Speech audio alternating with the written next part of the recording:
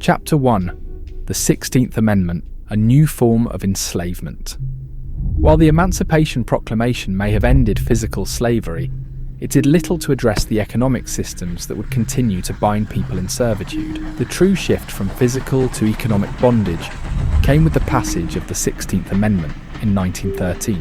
While it was presented as a way to ensure the wealthy paid their fair share, it created a system that economically enslaved the masses through debt, an invisible chain that kept people dependent on a financial system controlled by the elite. The newly freed population after the Civil War found themselves trapped in an economic system of sharecropping and debt as they struggled to make a living in a devastated economy. This economic control was far more subtle, but equally as effective in keeping people bound.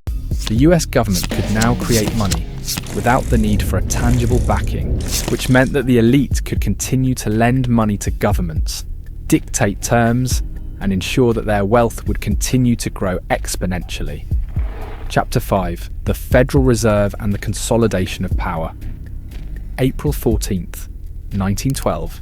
The Titanic sank. December the 23rd, 1913. The Federal Reserve Act was passed, establishing the Federal Reserve, a privately owned institution, an independent entity from the government.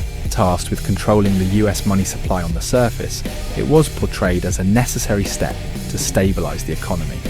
In reality, it was a monopolistic shift that handed over control of the nation's currency to a very small group of private bankers.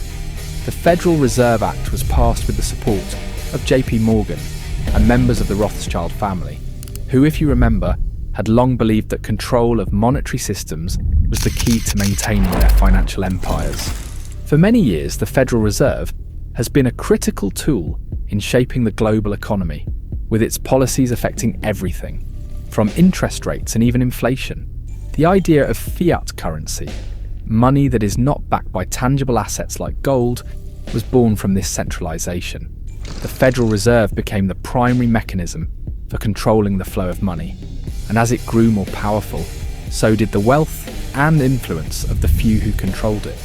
Now here's where it gets interesting. You might say this is where it all hits the fan. The centralized system of the Federal Reserve wasn't just about maintaining financial control.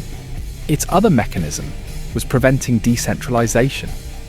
The system ensured that ordinary people, businesses, and even governments remained reliant on the central banking system, where a few families controlled the means of production and distribution of money.